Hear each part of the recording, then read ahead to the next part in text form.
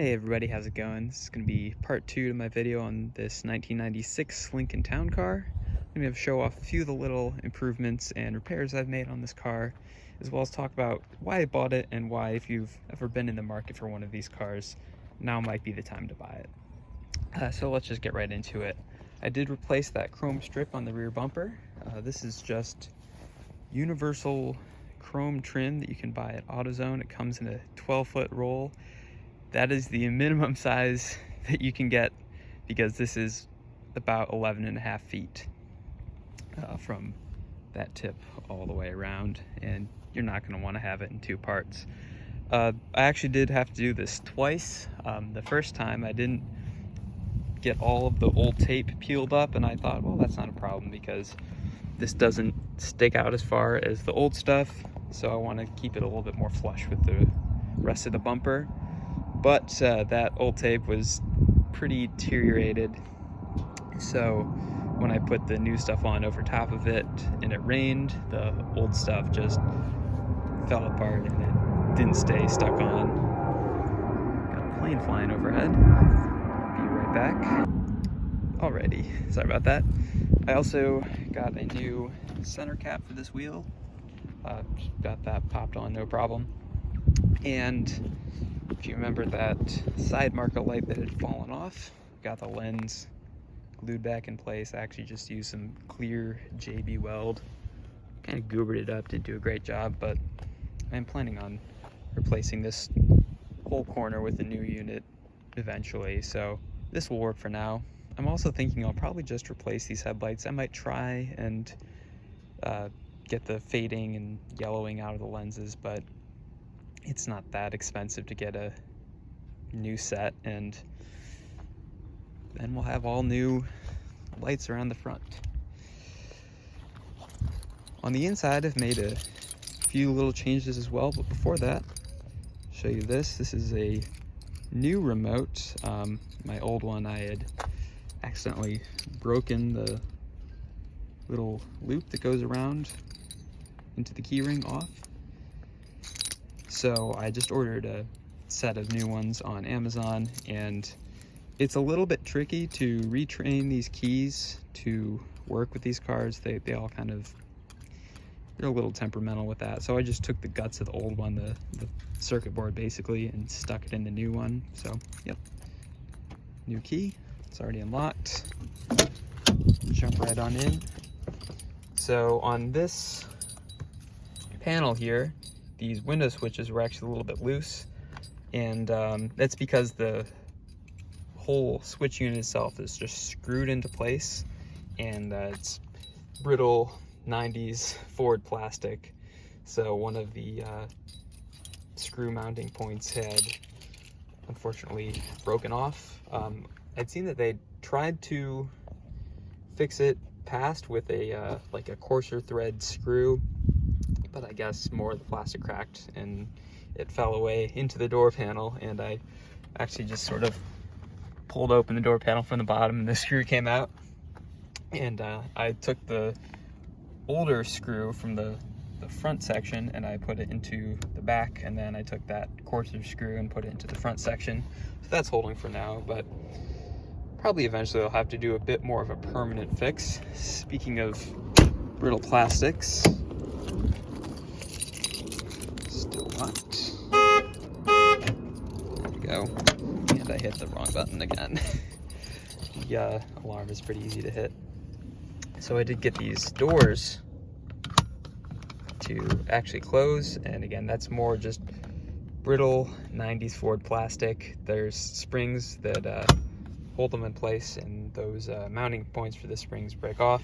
I saw a video by Melvin Harris on YouTube, and it's a really easy fix for that. You just have to drill out some new mounting points in the plastic, and that'll keep the springs in place and keep these things open and shut. So that's pretty nice.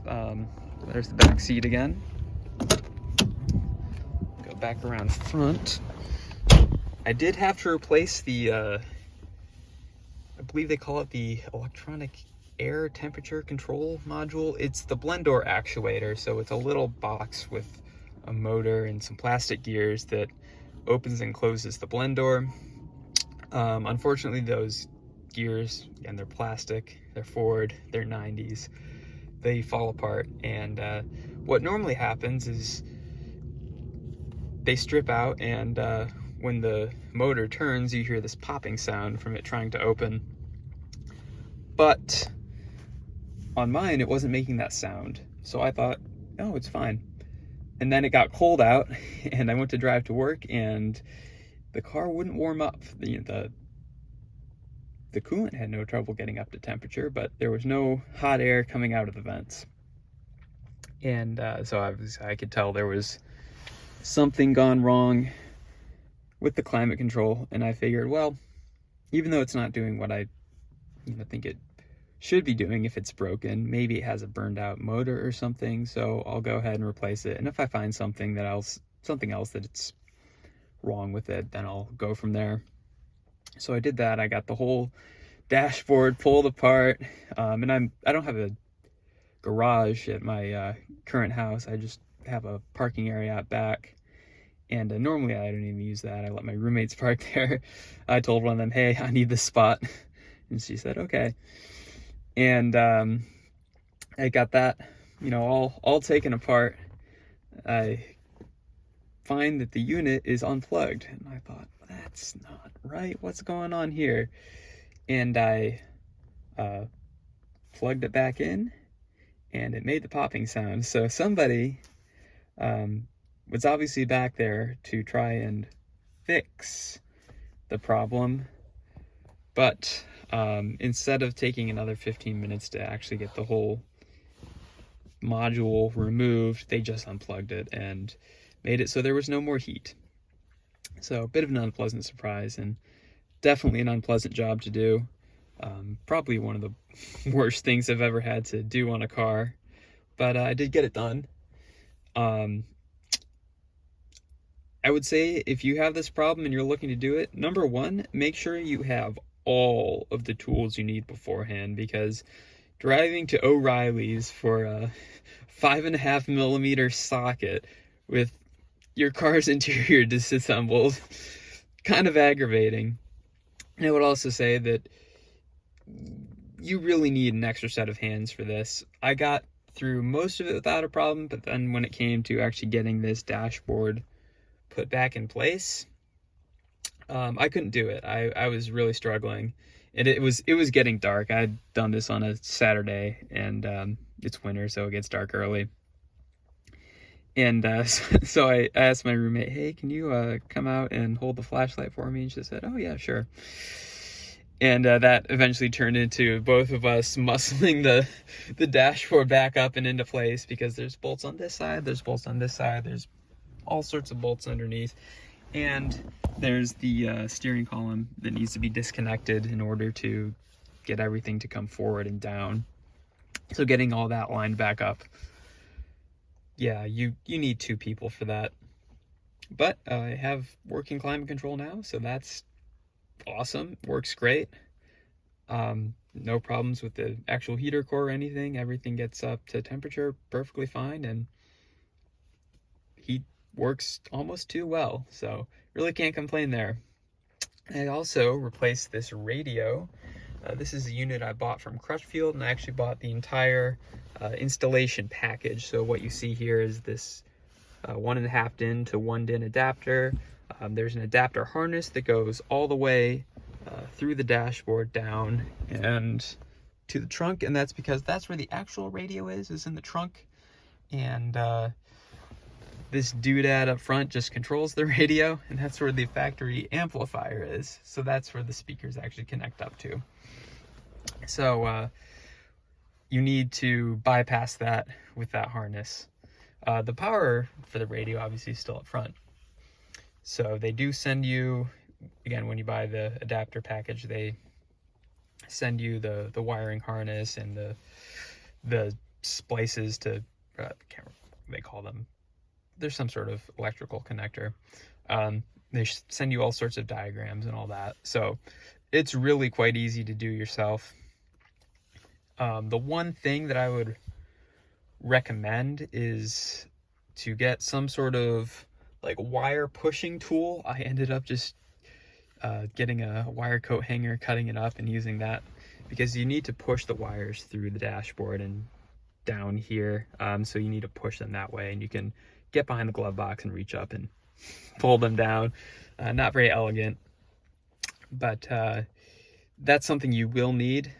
They also offer a service to fully assemble the wiring harness for you, but I find that's really not necessary. If I can do it, anybody can do it. If you're somewhat, reasonably mechanically inclined. If you've never picked up a wrench before in your life, I would just have somebody else put their radio in entirely. It is a Bluetooth radio, and it connects up to my phone automatically when I start the car, so we'll show you that real quick. Get this thing going.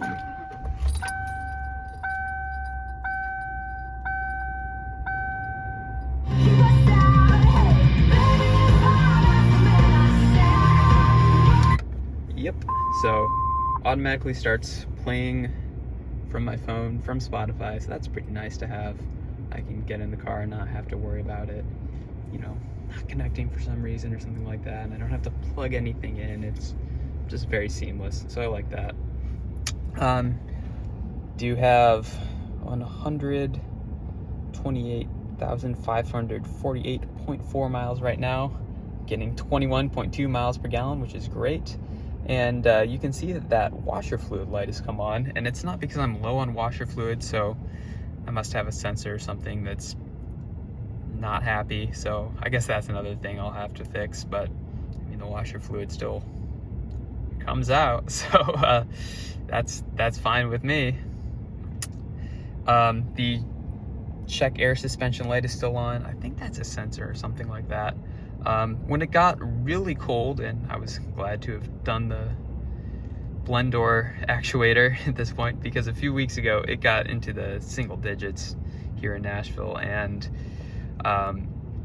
the air suspension light actually went off, but then my power steering adjuster, see that right here, it adjusts the effort to turn the wheels, that stopped working, and it was just stuck on this. Well, you could still move the dial, or the, what do you call that, fader, but it was just all on the the minimal effort steering, which on the highway isn't really what I like to have. It wasn't dangerous or anything, but that's because the air suspension and that variable power steering are actually controlled by the same computer. So sometimes if you have a fault with one thing or something like that, it can show up in other ways. A little bit weird that Lincoln did it that way, but I suppose it made sense in the 90s. And after driving it a while, once it warmed back up, this light came back on, and that started working again, so that was nice. Another thing I've done in here is I've replaced this visor. The one that was in here before all this was just coming apart, and it was just getting worse and worse, so I figured I'll get a new one. One thing I didn't know though, you can see here, these are not the same colors. This is actually a lighter blue. There was 2 different blue interior color options available for this body style, and I bought the wrong one. And I was thinking maybe I'll send it back or something like that, and try and get a new one. I figured, well, it works for now. Down the road I'll probably get another, but for now it works. It's still blue. It probably looks a little gray on the camera, but it's blue. And if anything, it's a good conversation starter. Other than that, I don't have much to report with the car. It's been really a pleasant driving experience. Oh, one more thing. I did replace those door strap ends with these I got off of eBay. They're blue. They have the Lincoln star on them. And I did get a comment from somebody saying that, I wasn't going to like them, that they have bad reviews on eBay or something like that. And you're wrong. I do like them. They all fit perfectly except for this one in the back. It just didn't want to stay on, so I put a little bit of glue on the back and popped it in place, and it works just fine. So for the price I paid for them, I'm quite happy. Now, how much did I buy the car for? That was a comment I got. It was $3,000. And that's getting into the next part. Why I think it's such a good time to buy these cars. Because for $3,000, you're getting a car with usually not crazy high miles. Mine has 100. I bought it with 126,000 on it. Put a couple thousand on since then. It's really hard to go wrong for $3,000 for a car like this. I mean, it's got all sorts of conveniences. It's got a lot of character. It's supremely comfortable to drive. And for $3,000, you can barely get a Toyota Camry that's in good condition. You're going to be looking at something that has 300,000 miles. Honda Accord, that's going to be difficult to find one good for that price. Really, a $3,000 car isn't what it used to be. But this $3,000 car is, and I think it's even more. And I think that's because the original owners or the second owners, the people who really bought these cars because they liked this type of car, unfortunately they're getting to that age where they're either passing away or having to give up their driver's licenses just because they're too old. So a lot of these cars are, you can find them on the market. You can find them for not that much because they're just sort of priced like a used car. And they're reliable, comfortable, pretty good build quality, except for the crappy plastics in the inside the door panel and the climate control. It's not like they don't have problems, but again, they're nearing the point where you call them a classic car. This car is almost 30 years old, and the 95s, the first of this updated second generation, those are 30 years old now. So I think they're only going to get more expensive. The supply of them is going to go down. They're going to be passed on to family members and people who just buy them because they're cheap, and they're not going to be looked after as well.